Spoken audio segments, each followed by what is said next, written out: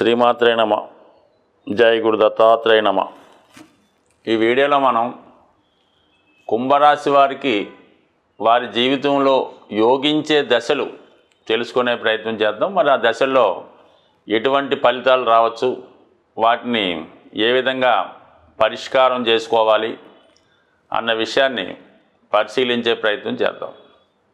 మరి కుంభరాశి రాశ్యాధిపతి శని భగవానుడికి మూల త్రికోణ రాశి, సహజ లాభస్థానం అన్నది మన కుంభరాశి. అందువల్ల ఈ రాశిలో జన్మించిన వారు పెట్టుబడిదారులుగా ఉంటారు. ఎవరైతే జీవితంలో పైకి వస్తున్నారో అటువంటి వారికి ప్రోత్సహించడం, వారికి ధనం అప్పిచ్చి జీవితంలో పైకి తీసుకురావడం, ఈ విధంగా వీళ్ళు చేస్తూ ఉంటారు. ఎక్కువగా పెట్టుబడి వర్గంలో ఉంటారు. ఇన్వెస్ట్మెంట్ చేయడంలో కూడా వీళ్ళు ముందుగానే గమనించి ఏ సంస్థలో పెట్టుబడి పెడితే బాగుంటుంది, ఎక్కడ భూమి కొంటే బాగుంటుంది అన్న విషయాన్ని ఆలోచిస్తూ తగు విధంగా జీవితంలో పైకి రావడం జరుగుతూ ఉంటుంది. అయితే ఈ రాశికి రాశ్యాధిపతి శని భగవానుడు, అందువల్ల ఈ రాశి వారికి శని మహాదశ జీవితంలో చాలా బాగా ఉపయోగపడుతూ ఉంటుంది. అయితే ఆ దశలో వీళ్ళు జీవితంలో నిలదొక్కుంటారు, గొప్పగా ఇన్వెస్ట్మెంట్ చేస్తారు, అలాగే పొలాలు భూములు కొంటారు. అయితే వీళ్ళు సంపాదించింది వీళ్ళు అనుభవించలేకపోతూ ఉంటారు అన్నమాట. ధనం వీళ్ళు సంపాదిస్తారు, అది వేరే చోట ఇన్వెస్ట్ చేస్తూ ఉంటారు, వాడు దాన్ని ఎంజాయ్ చేస్తూ ఉంటాడు.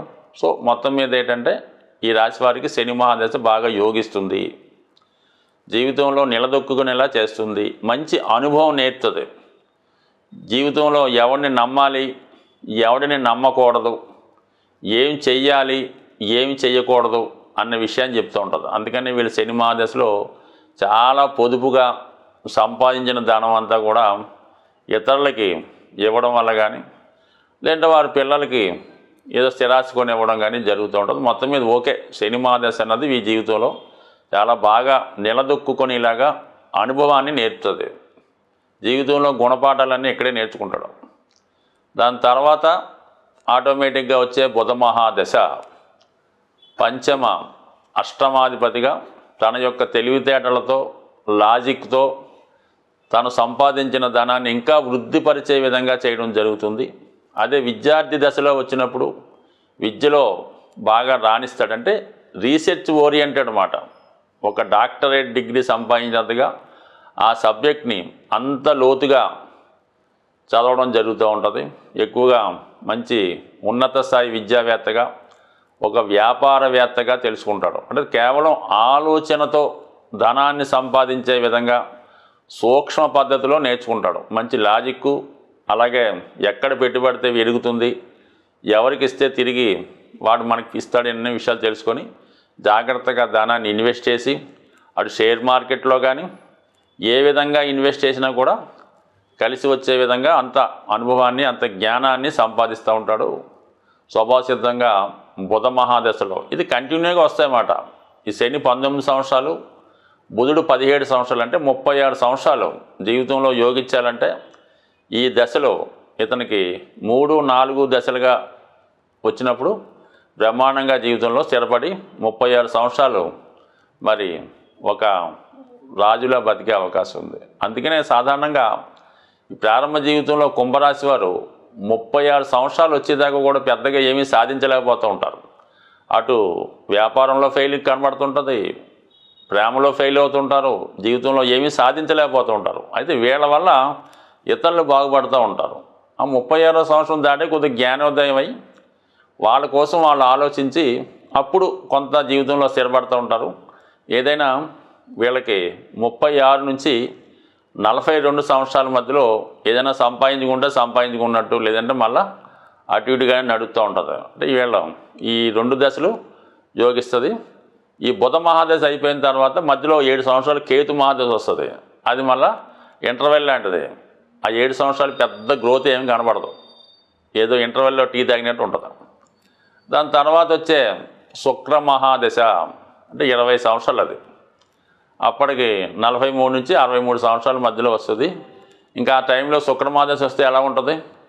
అప్పుడు జాతకంలో వాడి ఉన్నటువంటి స్థితిని బట్టి అప్పుడు దాకా సంపాదించిన ధనాన్ని మరి ఈ విధంగా ఇన్వెస్ట్ చేయడము, వివాహం ద్వారా అనుభవించడం, అనేక రకాల అనుభవాలు, అనేక రకాల కోరికలు ఇవన్నీ రావడం జరుగుతుంది. అప్పుడే కొత్త బంధువులు, కొత్త చుట్టాలందరూ కూడా తయారవుతూ ఉంటారు. ఎక్కడెక్కడో వచ్చి ఈ జాతకుడిని ఆశ్రయిస్తుంటారు. జాతకుడు అందరినీ కూడా పోషిస్తూ ఉంటాడు, చాలా హ్యాపీగా ఉంటాడు. అదే టైంలో సినిమా తీయడం కానీ, సినిమా తీసినంత అనుభవం పొందడం జరుగుతూ ఉంటుంది. మొత్తం మీద శుక్రమహాదశ ఈ జాతకుడికి యోగ దశ. అంటే జీవితం అనుభవిస్తాడు. సంపాదించినాక ఒక దశ ఉంటుంది, కష్టపడినాక ఒక దశ ఉంటుంది. ఇది ఆనందంగా అనుభవించడానికి ఈ శుక్రమహాదశ ఈ కుంభలగ్నం వారికి అనుభవంలోకి రావడం జరుగుతుంది. ఒక 20 సంవత్సరాలు హ్యాపీ. ఇక దాని తర్వాత రాహు, ఇదొక 18 సంవత్సరాలు రాహు మహాదశ. ఈ కుంభరాశి వారికి లగ్నాధిపతిగా మరి ఆ కుంభరాశిలో ఈ రాహు దశలో వీళ్ళం అటు సాఫ్ట్వేర్ రంగంలో కానీ, అటు సినిమా రంగంలో కానీ, మరి కొంతమంది సంఘ వ్యతిరేక శక్తుల్లాగా బ్లాక్ మార్కెటింగో, స్మగ్లింగో, ఈ లిక్కర్ వ్యాపారం, అంటే సొసైటీకి తప్పు అనిపించేవి, అంటే కొన్ని న్యాయబద్ధంగా ఉంటాయి లిక్కర్ వ్యాపారం లాంటిది, కానీ అది కొన్ని సమాజాలకి తప్పుగా ఉంటుంటుంది అన్నమాట. అలాగా అటువంటి భయం లేకుండా, ఎటువంటి ప్రభుత్వ భయం కానీ, ధర్మం విషయం కానీ ఏది పడితే అది చేస్తుంటారు అన్నమాట. అటువంటి వ్యాపారాలు చేయడం సాధారణంగా ఈ కోళ్ల ఫారాలని, లేదంటే ఆవుల్ని మరి సరే ఇటువంటి బిజినెస్లు చేసి సంపాదించడం కూడా ఈ రాహు మహాదశలో కనబడుతూ ఉంటుంది. అయితే దానికి పనిష్మెంట్ కూడా అక్కడే రావడం జరుగుతూ ఉంటుంది. కాబట్టి సాధారణంగా రాహు దశలో ఈ జాతకులు ఎంత ధర్మబద్ధంగా, కర్మబద్ధంగా అది అక్కడ ఉన్నటువంటి వీళ్ళు నివసిస్తున్నటువంటి ప్రాంతంలో ఉన్నటువంటి రూల్స్ అండ్ రెగ్యులేషన్ పాటిస్తూ ఉంటే చక్కగా హ్యాపీగా ఉంటుంది. వైద్య వృత్తికి కారణం అవుతుంటుంది. సైంటిస్టులుగా మారచ్చు, సాఫ్ట్వేర్లుగా మారచ్చు, యానిమేషన్లో రాణించవచ్చు. బట్ ఏదైనా రాహు అన్నది వాళ్ళు పెద్దవాళ్ళు బట్టి, జాతకుడి యొక్క ఆలోచనను బట్టి, సంస్కారాన్ని బట్టి ఆధారపడి ఉంటుంది. బట్ ఏదైనా రాహు మాత్రం జీవితంలో ఖచ్చితంగా పైకి తీసుకెళ్తుంది కుంభరాశి వారికి. కానీ దాని తర్వాత స్థితి అన్నది వాళ్ళు చేసుకున్న దాన్ని బట్టి కంపల్సరీగా ఉంటుంది. ఈ 4 దశలు ఈ కుంభరాశి వారికి యోగించే దశలు. బాగా ఇబ్బంది పెట్టే మహాదశ రవి దశ. రవి పనిష్మెంట్ ప్లానెట్ లాంటి వాడు, అంటే గ్రహరాజు కదా. ప్రజల్ని శిక్షించాలన్నా, రక్షించాలన్నా, ఫుడ్ పెట్టాలన్నా, జైల్లో పెట్టాలన్నా రాజే కదా పూర్వకాలం. ఇప్పుడు కూడా రవి అదే పని చేస్తాడు. ఇప్పటిదాకా జాతకుడు కరెక్ట్గా నడవడిగా ఉండి ప్రభుత్వానికి అన్నీ సక్రమంగా చెల్లిస్తూ కరెక్ట్గా ఉంటే రవి దశలో బ్రహ్మాండమైన పదవి, రాజకీయ పదవి ఇస్తాడు. లేదంటే income tax rights, ED rights, లేదంటే హెల్త్ పరమైన ఇబ్బందులు, అటు మంచం మీదన్నా పడుకోబెడతాడు, లేదా హాస్పిటల్ అన్నా పడుకోబెడతాడు, లేదా జైలు కన్నా పంపిస్తాడు. లేకపోతే ఈ ఈడీ రైట్స్ అయ్యి మొత్తం సర్వం ప్రభుత్వానికి కట్టవలసి ఉంటుందన్నమాట. అది రవి దశ ఈ జాతకుడికి ఇచ్చే పనిష్మెంటు. అది నిజాయితీగా ఉంటే ఒక ఎమ్మెల్సీగానో నామినేటెడ్ పోస్ట్ అన్నా రావచ్చు, ఒక ధర్మకర్తగా ఏదైనా దేవస్థానానికి వెళ్ళొచ్చు. అది వీళ్ళ బట్టి ఉంటుంది. దాని తర్వాత చంద్రమహాదశ షష్టాధిపతి. ఒక విధంగా భార్యతో విరోధాలు రావచ్చు, తల్లిగారితో విభేదాలు రావచ్చు, ఆస్తి వలన ఈ సంపాదించిన ఆస్తి ఎక్కువైపోతే బంధువులతో విరోధాలు రావచ్చు, ఏదైనా కొంతమందికి హెల్త్ పరమైన ఇబ్బందులు కూడా రావచ్చు. షష్టాధిపతి దశ కాబట్టి ఈ చంద్రమహాదశ పెద్దగా యోగించదు.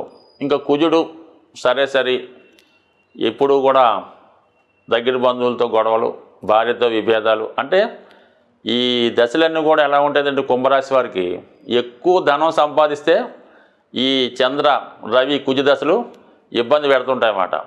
అందువల్ల ఏంటంటే జాగ్రత్తగా వ్యవహరిస్తే మొత్తం మీద ఎక్కువ సమయం ఉపయోగించే దశలు ఈ కుంభరాశి వారికి ఉన్నాయి. కాబట్టి వీళ్ళు అటు కొంతవరకు వారి కొరకు, వారి భార్య పిల్లల కొరకు ఆలోచిస్తే నెంబర్ 1.